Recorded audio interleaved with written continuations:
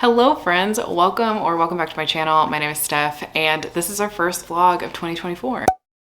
I don't know what it is, but I am just very excited for 2024. Maybe it's that I'm just ready for 2023 to be over. As you will probably already know if you've watched some of my end of year content, I did not have the most amazing reading year. It wasn't the worst reading year I've ever had, but it was a very average year. I didn't find many favorites, didn't have many 5 stars. I actually think this was the least amount of 5 stars that I've ever had in any given year, but I did give out a lot of 4 stars and a lot of 3 stars, and I think my average rating was like a 3.2 or something like that, which is not amazing. That being said, one of my goals this year is to read my backlist, which again includes 2023. But I also wanted to kind of do a little mini series of reading books that I wish that I read in 2023. And I'm hoping and praying that these are good books. And that's why I should have picked them up in 2023 and probably would have made my reading year a little less average. So in this first installment, I wanted to do 2023 anticipated releases. So these are all the anticipated releases that I just never got to. And in most cases, like Iris Kelly Doesn't Date and The Reformatory, I just didn't get to these because I was so afraid that they wouldn't be 5 stars. Iris Kelly Doesn't Date is part of one of my favorite sapphic romance series. It's the Brightfall series by Ashley Herring Blake. And the first one is Delilah Green Doesn't Care. The second one is Astrid Parker Doesn't Fail. And then Iris Kelly Doesn't Date released in October. And I have had an arc of this for practically all of 2023 and I've been so intimidated by it, so it's just time that I finally read it. It is technically still 2023 right now and I am going to start it because I'm going home to visit my family. I'm not going to finish it in 2023, okay? So this counts for the video, but I wanted to be a little transparent that I am starting it in 2023. Anyway, I was just very intimidated by this. I really love Iris Kelly as a character within the Brightfall series, but I'm nervous because a lot of my favorite side characters will end up getting their own books and it just is not a good time for me. So I'm a little bit nervous about this one, but I have to get to it at some point. As for The Reformatory, this was a similar situation. Tananarive Due is one of my favorite horror authors at this point, and I say that kind of loosely because I have only read one full-length novel by her and then one short story collection. But The Good House, which is her full-length novel, to this day remains one of my favorite haunted house horror books that I have ever read. It did everything that I wanted in a haunted house book. The funny thing about it is she has written so many other novels that I could read and pick up that aren't this book, the one that I'm intimidated by, but I need to read it. 2 other highly anticipated releases that I had were releases that it wasn't so much that I was intimidated by them, but I wasn't hearing the best reviews. I wasn't hearing the best reviews about Bad Cree or Natural Beauty. As a matter of fact, I was hearing very, very mixed reviews. But what's funny is now that the Goodreads videos have been coming out, Natural Beauty has been getting really great reviews, and a couple of my friends have been giving this 5 stars. As for Bad Cree, I still haven't heard the most amazing reviews about this book. As a matter of fact, a lot of people have complained about it not really being a horror book, which isn't something that bothers me that much. I find that I really like grief horror a lot. To me, this sounds like a grief horror, so I have a high likelihood of really liking this despite other people's reviews. So I wish I wouldn't have let the mixed reviews stop me from reading these books in 2023, but that's just what happened. I'm now realizing that 3 of these are horror and 1 is a romance. This is a weird collection of books, but these were some of my highly anticipated reads of 2023.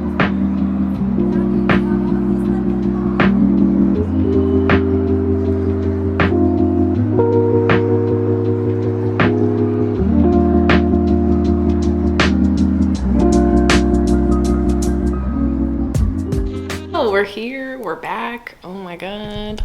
It's officially 2024, so happy new year. I have so many goals this year, and it's not even like big, huge, life-changing goals. They're just like these small goals that I think are gonna be steps to a better me, to better reading, to a better life.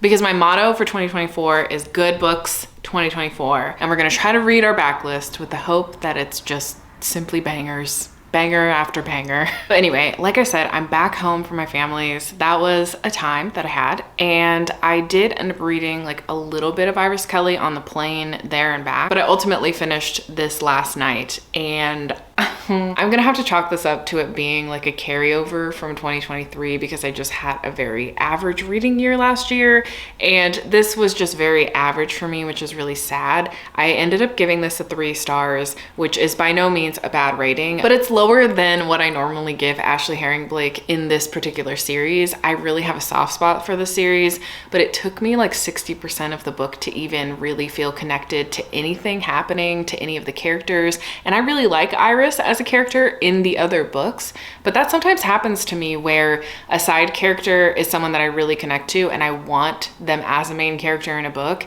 And then when we have them as a main character in a book, it's like not the same. I don't know how to explain it. I'm sure some of you know what I mean. That's kind of how I felt about Iris, but honestly, the weak spot for me a little bit was Stevie in here. I didn't really feel connected to Stevie. Even though I see parts of myself in Stevie, I just didn't really feel connected to her. I enjoyed what she brought to the table. I enjoyed the dynamic between her and Iris for the most part, but there was just something about this story in general that didn't really work for me, which is interesting because I love fake dating, and the idea of this book is a 5 out of 5. I think there was a lot of meta stuff in here as well that just didn't really work for me. It kind of threw me out of the book because Iris is writing a romance novel, and so there's a lot of meta moments that are referencing back to other books in the series, but also what it's like to be a romance author and a small town romance author and the writing process itself. And I think in theory that's fun, but for me it kind of threw me out of the book. And I have said this before, I'm not somebody who enjoys pop culture references in books. I don't really like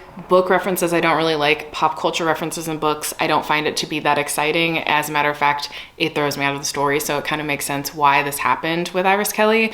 So sadly, this one was my least favorite of the 3 in the Bright Falls series. This is the last book in the Bright Falls series. But the thing that saved this book and made me want to bump it up to a 3.5 stars was that we see a wedding at the end, and I was bawling. Absolute tears, sob fest. I really, really loved the ending. But overall, my experience was a 3 stars. But I guess I would like to throw this out there that at the end of the year, especially during my trip and like getting home and up until the last couple of days, emotionally, I was very drained and feeling a lot, and it was very overwhelming and overstimulating, and I just wasn't mentally in the best place. So that could be affecting how I interacted with this book. But overall, there were things about it that I think wouldn't change even if I read this in my best mindset. But I do think that maybe I would have connected to the characters a little bit more. I found myself getting annoyed at Stevie more than empathizing, even though I saw parts of myself in her. I don't know. So I think maybe part of it was my mindset while reading this. Sorry, I haven't really filmed in a while because I took a hiatus after filming booktube videos. I haven't even explained what this book is about. Basically, we have Iris Kelly and we have Stevie, or Stephania, and they end up having a chance encounter at this bar, and they go to hook up, and Stevie can't really do it. She feels really anxious about it, and she has a lot of anxiety about being intimate with people, but she also just deals with an anxiety disorder in general. Whereas Iris loves sex, she loves hooking up with people, but she doesn't want romance. She's had many romances end in complete disaster, and as a matter of fact, we see this throughout the series. We see some of her very explosive, messy relationships coming to an end, and so she just doesn't think she's cut out for love.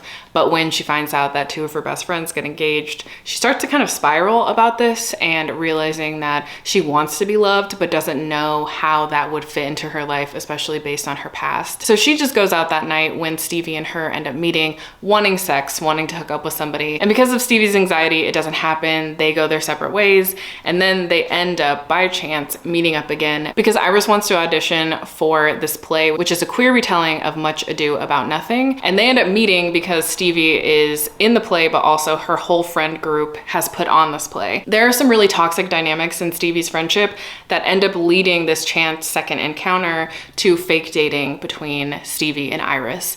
And Iris is kind of helping Stevie through her anxiety and her anxiety with intimacy, and Stevie is helping Iris through her anxiety with relationships and love and intimacy and romance. So it's really sweet. It really is. I just didn't feel connected to the story at all, and I think it really came down to the meta aspects of it. It's sad for me, okay? It's a sad day, but I'm hoping that it's because this was a rollover from 2023. Hi friends, so one of the things that I wanted to talk about in this video, just because it is the first vlog of 2024, I wanted to talk about some like personal New Year's goals. I've made a couple like personal goals for myself outside of my bookish goals, which I did make a video about. And a few of those things have been like ways to take care of my mental health when I am having emotionally draining times or just really difficult times.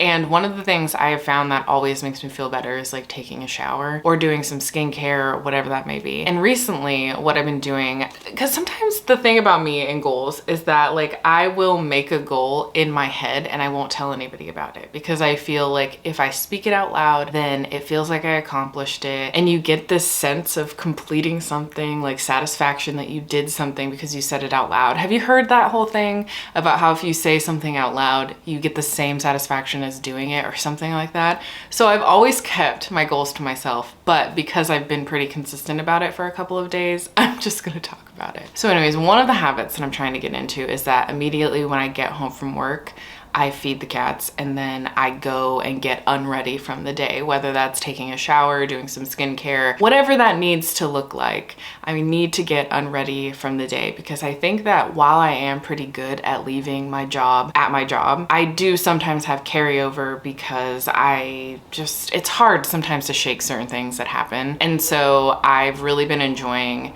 coming home, feeding the cats, and immediately taking a shower. So yesterday was one of those days. I came home, I just took a shower immediately, and then I did a little face mask. So I was feeling a lot better by the end of the night, and I ended up finishing Bad Creed. I ended up really enjoying this. I gave it a 4 stars. I've seen the reviews. It has like a 3.2 on Goodreads. I don't remember what it has on Storygraph, but it has quite a low rating, and I feel like a lot of that comes down to what you want out of your horror. And horror is one of those things where people are very specific about what they want out of the book and what they expect out of horror. It does fall into that grief horror, which is something I really connect with. It's something that I really love. I have found that grief horror often leans more literary. It leans less gory, and oftentimes there isn't these big jump scares. I've also found with the 3 grief horrors that I've like really loved, they kind of end in an abrupt way with an open ending. That just seems to be the nature of grief horror. I kind of wonder if it's that idea of like things continue on even past the last page type of thing. I don't really know. So yeah, I can see why this has lower ratings, but it just really hit me at the right time in the right way.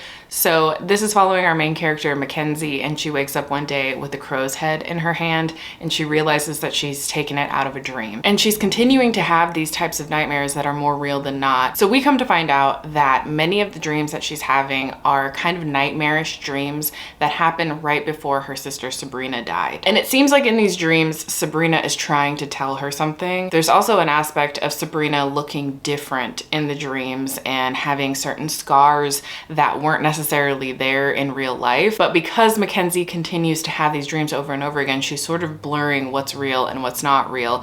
And it seems like the dreams are also blurring what's real and what's not real. So as these dreams persist, Mackenzie decides that she needs to go home to her mom, her sisters, and her aunties because she can't do this on her own. She also thinks that maybe the dreams are trying to tell her to go home. And when she goes home, you get to see her relationship with her aunties, her mom, and her sister, and even her cousin who's like a sister. And I think that's the part of this book that really got to me because the descriptions of all of these women and the way that they interact with each other and the relationships that they have, but also Mackenzie kind of feeling on the outside, especially after her sister died and her Kokum died. She just has felt very isolated because she was so close to both of them. And I think for me, this book just hit really hard in the grief aspect. It's not just the aspect of the horror and stuff that sucked me in, which it did from the very beginning. Her waking up with the head in her hand really got me, and I was very intrigued. I was very invested, and all of the dream sequences were very well done. But it was more of the characters and how they interacted with each other and how they interacted with grief. It felt so very personal to me and so familiar. I grew up with mainly women around me. I had many aunts, cousins, my grandmother, my mom, and I was very close to most of the women in my family, but especially my grandmother. And so I feel like I especially related to Mackenzie's grief in here surrounding her Kokum, but also her feelings surrounding grief in general and how other people grieve and how it can affect you. On top of that, I think grief horror and anything really having to do with grief always hits me very close to home, but it also is just interesting to me because people grieve so differently and people perceive grief in such different ways. And so I think it was a really interesting aspect of this book that Mackenzie was describing not only her own grief, but she was also describing the grief of people around her. And that is always so fascinating to me. Monstrilio did the same thing, and Monstrilio, as you know, was one of my favorite horrors of the year. It also explores loss in a way of like the internal, but also the external, like how you're perceiving everybody else grieving. So yeah, I think this book focuses much more on grief than it does the horror aspect of it. But I do think that the mystery of it all is very interesting, and I liked the way that it wrapped up. I personally enjoyed the reveal of what's haunting Mackenzie. But ultimately, the thing that made me really love this book is just the way these women interacted with each other and their relationships to one another, the way that they supported one another and believed each other. It was just very precious, and I really loved reading about it. So yeah, I ended up giving this a 4 out of 5 stars. I'm definitely going to be looking out for more by this author, and I'm so excited to have started the year off with a 4-star. That is all I'm asking for at this point. I don't know what that noise is in the background. I've waited for a while for it to go away. Anyway, I wanted to come on here because I got a package, and one of them I was a heathen and I just opened and I was like, wait a second. I'm vlogging. But basically, Barnes & Noble had their annual sale, but one of the books I ended up getting was Chlorine by Jade Song. Not only was I interested in this one because it's supposed to be a mermaid horror, but I think it's also like a coming of age, literary, weird fiction, which I'm really getting into. But this is also on my 24 for 24. Tammy recommended it, so I wanted to get it. And then I did get another weird girl fiction. There were 2 different people that read it. One of them loved it, one of them hated it. So I am nervous, but I'm also excited to see where I land. Okay, so it is Big Swiss. I don't really know that much about it. I've heard very different things about this book, but I think the main character is like a sex psychologist. Brilliant original novel about a sex therapist's transcriptionist and her wild affair with one of the patients. I really didn't know what this was about. So yeah, I got these 2 in that sale, and then a 3rd one on its way. In other news, I started The Reformatory and I'm like 140 pages into it already. And the thing is, Tananarive Due has amazing prose. I love her prose. Her stories always suck me in, but this one is just so hard to read. It is in the Jim Crow South, and our main character, Robbie, he ends up kicking a white boy, and this white boy ends up basically owning most of the town. So he gets sent to this reformatory school, and this reformatory school is just a complete nightmare. But there's hints that there's haints around and some ghosts, and it seems like Robbie can commune with those ghosts. We haven't really gotten that deep into it yet, so I'm interested to see how that plays out in this school, especially with all of the trauma and the brutality that's happening. But I will say I'm gonna need a break from this book already, 140 pages in, so I'm glad that I'm gonna be reading this one slowly. Hello friends, I just got back from getting my hair done. You know, there's just one thing about me. I really need to get out of my head about being the most outgoing, talkative person in the room, in the fact that I'm not that. I can sit in silence. I'm very comfortable with silence, but I get uncomfortable in silence in situations like this or with people that I don't really know, because I don't want them to think I'm not talking to them because I don't want to know anything about them. I don't know, I'm very shy.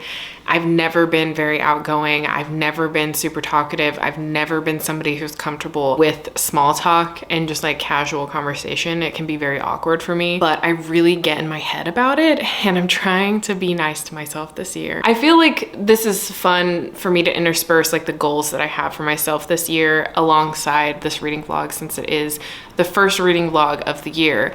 And so one of my goals is to try to be more comfortable with the fact that I am a quieter person, that I'm a shy person. I don't need to make the most impressive first impression. The other 2 goals of mine, which I'm actually gonna accomplish today, which is why I wanted to talk about them, I'm gonna be spending time with friends and just like people that I enjoy being around. So Christine and I are gonna go to the bookstore. She's coming over because she's borrowing something, and then we decided we were gonna go to the bookstore. And a little bit later today, Jared and I are gonna go on our little hot girl walk. So those are 2 of my goals, is just spending more time with people that I love and I care about and I just like being around, and they like being around me, and also moving my body more. I really need to move my body more.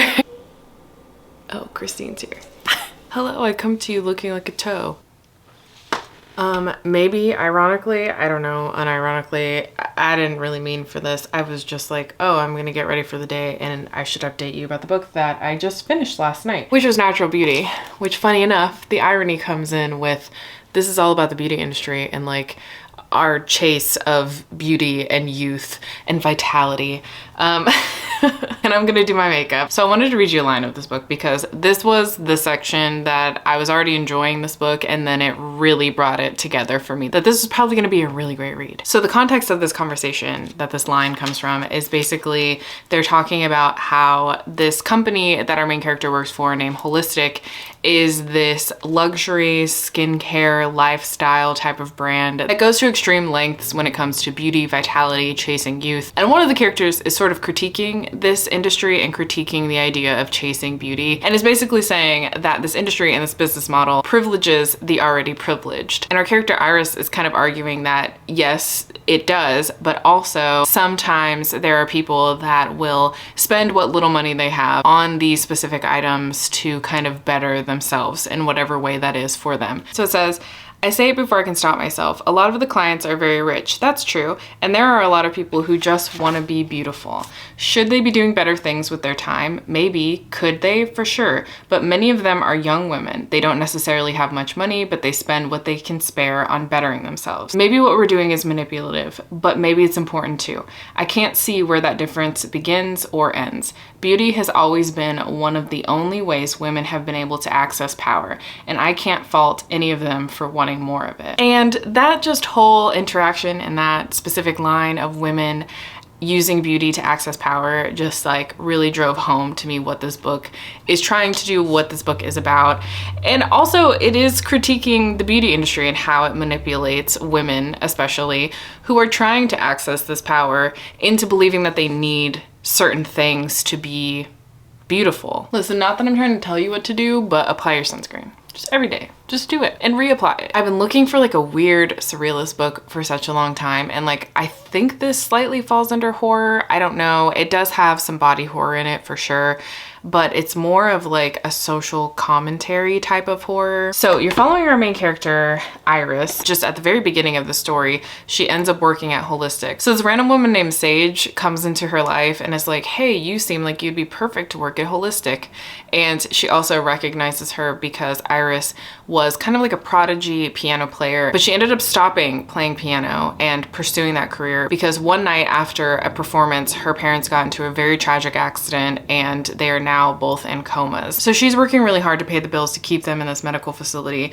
So she's kind of ready to take any opportunity that she can. So she ends up taking this job at Holistic because it seems like a better fit for her, better money, better benefits. And she just gets introduced into this really intense world of beauty. But it's not only beauty because it's called Holistic. So their whole like brand is basically that like it's everything that you put in your body and all of the things and supplements that you're taking. So like they're taking all of these crazy supplements. So everyone who works at this Holistic store, they kind of have to abide by the rules of like taking certain supplements, you know, putting on certain creams and serums and stuff. And over time, our character starts to notice that these serums and creams are changing her, but in a way that, I don't know, feels unexpected when you're reading it. But then once you get to that point, you're like, oh, yeah, this kind of makes sense. I see what's happening here. I think at first Iris is just kind of like, yeah, sure, I'm gonna buy into this culture because I just need a job and whatever, it's harmless, it's organic. Then she kind of transforms into this character that's like definitely drinking the Kool-Aid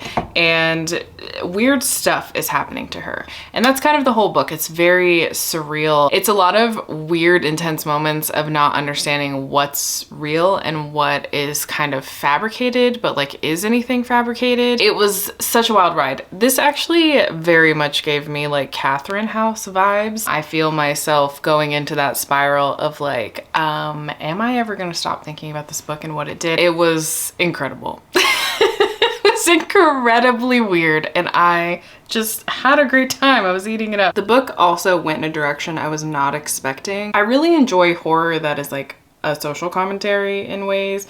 Like I think my favorite types of horror are grief horror and horrors that have social commentary. And I feel like you can kind of see both of those things in here because our main character really is grieving because of her parents. And you see that she has a lot of guilt and a lot of frustration and sadness around her parents. And I think maybe it's also speaking to that like anything can be a cult, right? And so this holistic brand almost feels cult-like. And when you are in your most vulnerable places, it's so easy to fall into something that feels stable in that moment. So yeah, there is a lot of body horror in here, and there's a lot of just weird moments, but I feel like if you liked the vibes of Catherine House, if you like those weird girl fiction books, this will definitely be for you. But on top of that, if you like those sort of weird girl books, but it's also making social commentary on the beauty industry, but also the standards that are put on women, the intense critiques of women's bodies and face, and like if you age, oh God forbid that you age. But also this is making commentary especially on women of color in the beauty industries and how beauty industries, especially industries like holistic, which is like in the grand scheme of things, it's like this really bougie, it's almost like, what was that brand called? Goop? Did she really name her brand Goop? You know, like that really rich lifestyle brand where it's not just skincare, it's a lifestyle change, but it's very geared towards white privileged women. There's a lot of social commentary on that as well. So I'm glad that I read this. I ended up landing on like a 4.25 for this book, which is a very specific number, and I don't normally do this, but because I'm on Storygraph now, I can. So I'm utilizing it more. It wasn't quite that 5-star for me, but it is gonna stick with me for a long time. So I am settling on a 4.25.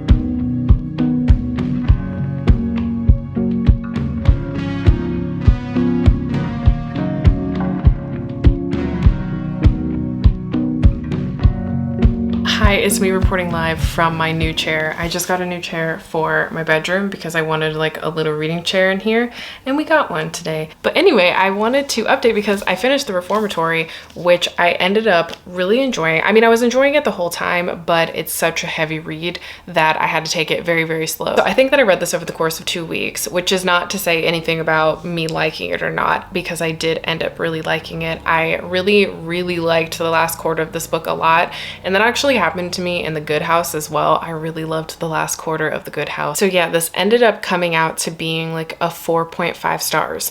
It wasn't quite a 5-star, and I think maybe part of that was the fact that I read it over a 2-week time period, but overall this is a 4.5. It is a new favorite by Tatiana Reeved, so it did live up to the hype for me, which thank God. And I think I kind of told you this takes place in the Jim Crow South, and so this is following a brother and a sister, and the brother Robbie, he ends up kicking a white boy, and this white boy's father decides to take action against Robbie, and he ends up getting sentenced to 6 months in this reformatory. And this reformatory is very notorious for many boys being abused and in some cases dying. So you kind of already know in the beginning of this book that Robbie can see ghosts, or haints as they call them. And so when he gets to the reformatory, he actually is seeing way more than normal and able to interact with them in a very different way. And this kind of manifests throughout the book and becomes a very important part to the overarching plot. And the assumption for Robbie is that the haints, or the ghosts, are becoming a little more restless around him because of all of the injustices that have been happening at this reformatory,